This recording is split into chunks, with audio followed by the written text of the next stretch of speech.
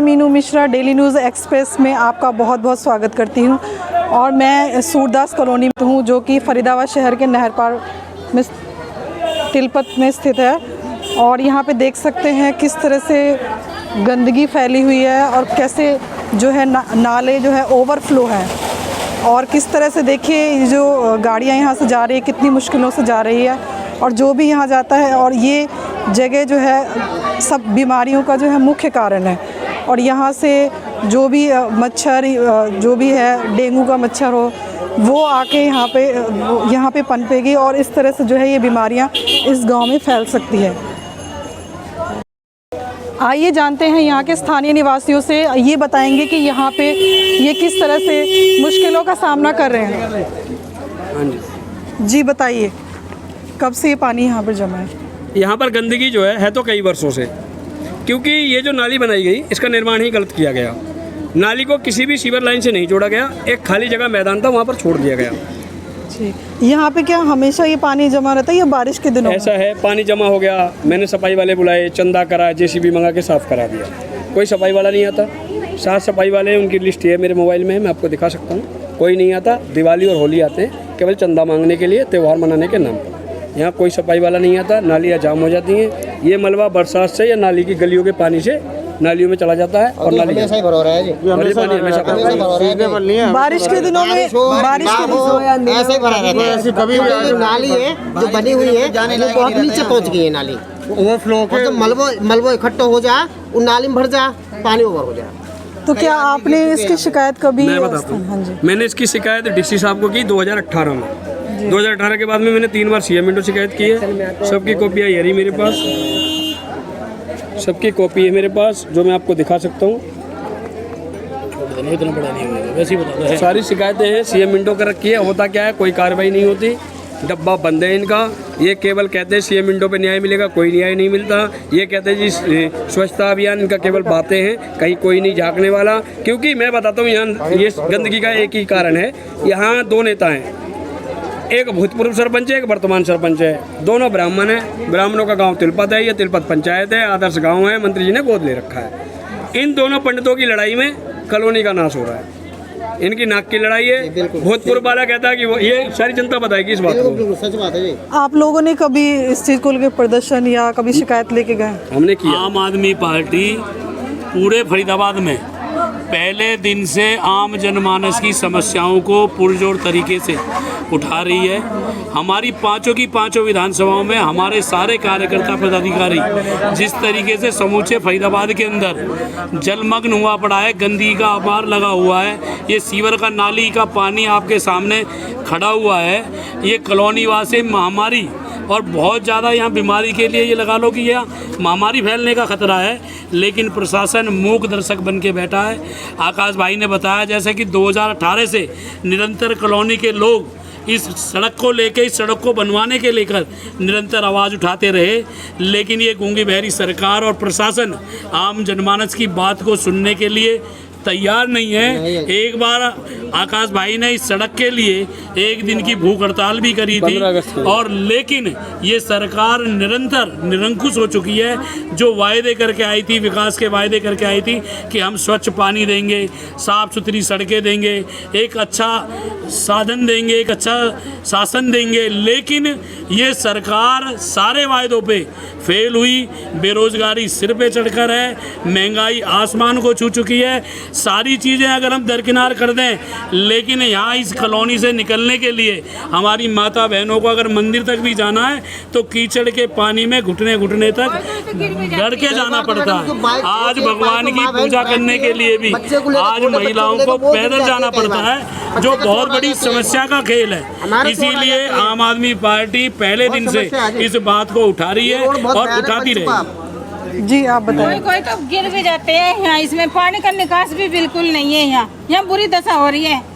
इस रोड को बनवा दो, गुजर के आदमी नहीं चल पाते, बहुत बुरा हाल है। विकलांग नहीं निकल पाते हैं, बारिश में कितने दिन हो गए नहीं जा पाते हैं। वहाँ से लगा। नाम क्या है आपका? नाम क्या है? रिंकू कंवर है। आपका नाम क्या है? कमलेश जी। मैम रास्ता बहुत बेकार है, आम आदमी के लिए भी नाली भी बच्चे नहीं भी बन नहीं आ रही है पाते यहाँ। हैं। देखो नाली भी किस तरह से है। जब निकासी स्कूल है है, तो पानी कहाँ जाएगा यहाँ। स्कूल खुल जाते तो स्कूल भी बारिश की वजह से बंद रहेगी। हम बच्चों का आने के लिए एक हफ्ते में 3 दिन बच्चे भी अगर गिर पानी जाते भर हैं, जाता बड़े है, बूढ़े भी गिर नहीं आना जाते हैं, कोई भी गिर जाता है इसमें यहाँ। आपने कभी बुरा हाल है यहाँ, कोई सुनता ही नहीं है। कितना भी वो कर लो, कोई नहीं सुनता यहाँ। ये समस्या कब से है यहाँ पे? मैम, कितने यहाँ तो समय काफी से? कई साल हो गए, कई साल कई हो साल हो गए जी। कोई नहीं सुनवाई करता यहाँ। मैम इस पानी की वजह से सब परेशानी यहाँ वहाँ से लगा कर यहाँ तक बहुत यहाँ तक रोड बना दी, यहाँ तक रोड बन गई और यहाँ से आ गई ये छोड़ दी। बताओ ये गंदी राजनीति में छोड़ दिया गया इसको। वहाँ तक पता नहीं बना कहाँ दिया। ये छोड़ा गया है। मैम स्कूल खुल गई, बच्चों की इन्हीं गंदगी की वजह से स्कूल खराब होती जा रही है बच्चों की। इधर पटवाल पब्लिक स्कूल है, आरपी स्कूल है, उनमें बच्चे जा रहे हैं, बच्चों की वजह से छुट्टियाँ हो रही है। क्यों हो रही है कि बारिश में हम लोग आ नहीं पाते, उधर से घूम के आओ तभी भी नहीं आ पाते। इसी वजह से एक हफ्ते की जगह 2 हफ्ते की छुट्टियाँ हो जाती हैं। जैसे कि यहाँ सीवर का पानी भी निकल रहा है, आप लोगों का नालियों का पानी निकल रहा है, तो इसके लिए आपने कभी आवाज़ उठाई? मैम इसकी आवाज़ काफ़ी बार हम उठा सकते हैं लेकिन नहीं सुनते हैं। हम लोग जानते हैं, करते हैं, पर कोई सुनता ही नहीं। सुनते ही नहीं है मैम। ये भाई साहब कितनी बार चले आप गए ये? मैंने डीसी साहब को कल कॉल किया 3 बार, डीसी साहब ने मेरा कॉल रिसीव नहीं किया। मैंने विधायक जी को कॉल किया, विधायक जी कहते हैं जी मंत्री जी को मुख्यमंत्री जी को ट्विटर कर दीजिए। सही है जी। पूर्व विधायक जी को किया, वो बोलते कि मेरी सरकार नहीं है। और मैं आपको बता दूं कि इसके लिए SDO, JE, एक्सीएन साहब, MCF के कमिश्नर साहब, आपके मेयर साहब और आपके डिप्टी मेयर साहब और आपके जो क्या कहते हैं मंत्री किशन पाल और तक मैंने व्हाट्सअप उनके पर्सनल नंबर पे कर रखा सबको, और सबको लिखित में शिकायतें कर रखी है, पर कोई सुनने वाला नहीं है। हकीकत ये है क्योंकि केवल ये नाक की लड़ाई है और इनकी नाक की लड़ाई में केवल आम जनमानस पिस रहा है और दुखी हो रहा है, परेशान हो रहा है। ये बूढ़ी बूढ़ी माताएं गिर जाती हैं, इसमें महिलाएं गिरती हैं, कोई सुनवाई नहीं है कहीं भी। सफाई वाले यहाँ आते नहीं हैं। अभी भी हम चंदा कर रहे हैं, चंदा करके इसको 2-4 दिन में कुछ कोशिश करेंगे इसके लिए प्रयास। बड़ा आदमी तो मोटर गाड़ी से मैम आपका नाम? मैं बीना बस दरअसल क्या है, यहाँ पे ये गली की इसी की प्रॉब्लम नहीं है। आप देख रहे हो बुरा हाल है। इस पूरी विधानसभा क्या पूरे फरीदाबाद का यही हाल है। नगर निगम में जाते हैं, बोलते हैं जी नगर निगम में पैसा ही नहीं है, नालियाँ साफ होती नहीं है, नालियाँ रहती हैं बंद। अगर ये लोग साफ करते भी हैं तो वो कचरा बाहर ही निकाल के डाल देते हैं और कचरा वापस जाता है नाली में चला जाता है। ठीक है जी। और इससे ये हमारा दुर्भाग्य है कि हम ऐसी जगह रह रहे हैं, हमारी बीमार भी हो रहे हैं, बीमारी का कारण भी है। मच्छर हो रहे हैं, हम सो नहीं पाते। बहुत बुरा हाल हो रखा है। ये बुरा हाल है। बताओ जी, अब ये नगर निगम में ही पैसा नहीं है, बताओ क्या किया जाए। ये बहानेबाजी है। नगर निगम के पास पैसा नहीं है, लेकिन ये फरीदाबाद का पहला नगर निगम है जिसमें बिना काम करे 200 करोड़ के बिल पास हो जाते हैं। आपने सुना होगा कि एक घोटाला फरीदाबाद नगर निगम में हुआ 200 करोड़ रुपए का, जिसमें कि किसी आदमी ने कोई काम नहीं करा, फर्जी बिल अधिकारियों की साठगांठ करके पास हो गए।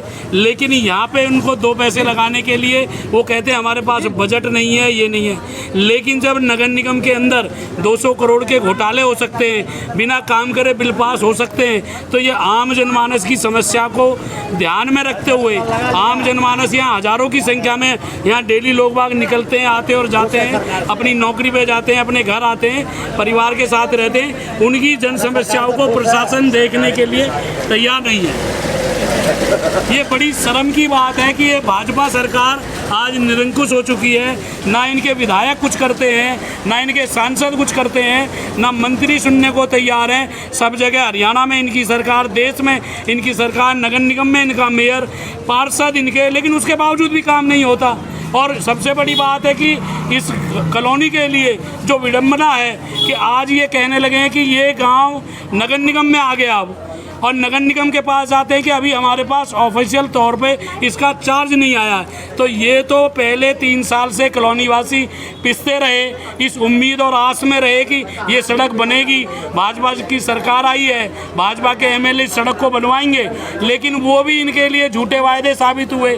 क्योंकि आज इनके लिए फिर एक इशू बना दिया कि ये गाँव है या नगर निगम है, ये बेचारे फिर पिसेंगे। अब फिर ये तय होएगा कि परिसीमन की रिपोर्ट में कि ये कौन सा वार्ड बनेगा। करेगा, कौन सी भी नगर निगम आके यहाँ काम करेगी।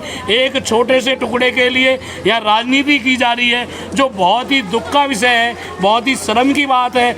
यहाँ के लोगों को सोचना चाहिए, यहाँ के नेताओं को सोचना चाहिए कि कम से कम जिन जनता ने हमें वोट देकर हमें नेता बनाया, हमें मंत्री बनाया, हमें एमएलए बनाया, आज हम कम से कम उस कॉलोनी की दशा के लिए कम से कम उनके लिए ये काम कर सके। डीसी साहब का ये पर्सनल नंबर है, आप देखिए यशपाल यादव जी इसमें दिखाई दे रहे होंगे आपको। और ये 2020 की डेट भी देखिए, मैं इनको जब से कर रहा हूँ। देखिए मैंने फ़ोटोग्राफ, कंप्लेंट, ये देखिए एक एक चीज़ आपको मैं दिखाता हूँ, कैसे लोग परेशान हैं, कीचड़ में निकलने, ये भी देखो। उसके बाद भी आज तक डीसी साहब का कभी कोई जवाब नहीं आया। अभी कल 2 दिन पहले भी मैंने कल भी किया, ये देखो इनको बताया कि ये 7 लोग हैं जो सरकारी कर्मचारी हैं, जो नहीं आते उनकी लिस्ट भी भेजी है, बाकायदा नाम मोबाइल नंबर भेजे हैं, सब लिखा, परंतु कोई कार्रवाई प्रशासन की तरफ से नहीं होती। अब आप मुझे ये बताइए, जिला अधिकारी से ज़्यादा मैं कहाँ जाऊँ और इससे ज़्यादा प्रभावी कौन सा तरीका है मेरे पास, जो मैं अपनी बात, अपने पब्लिक की बात, अपने भाइयों की बात, अपने कॉलोनी की बात आगे रखूँ। भाई जिला अधिकारी तो साहब ही तो इसको करेंगे, परंतु उनकी कोई रिप्लाई भी नहीं है। कौन, देखो आपको मैं दिखाता हूँ, ये डीसी साहब का पर्सनल नंबर है।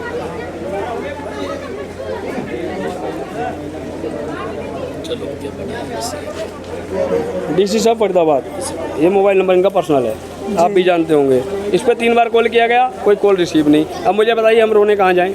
मंत्री जी का मैं दिखा दूं, मंत्री जी की भी डिटेल है, मंत्री जी भी कोई रिप्लाई नहीं देते। मेयर साहब कहते हैं जी राजेश नागर बनवाएगा, राजेश नागर कहता है जी मैं बनवा दूंगा 90 दिन में, 30 दिन में, यही चल रहा है जी। ये ड्रामा हो रहा है इनकी आपसी राजनीति की लड़ाई में। ठीक होगी भाई सर।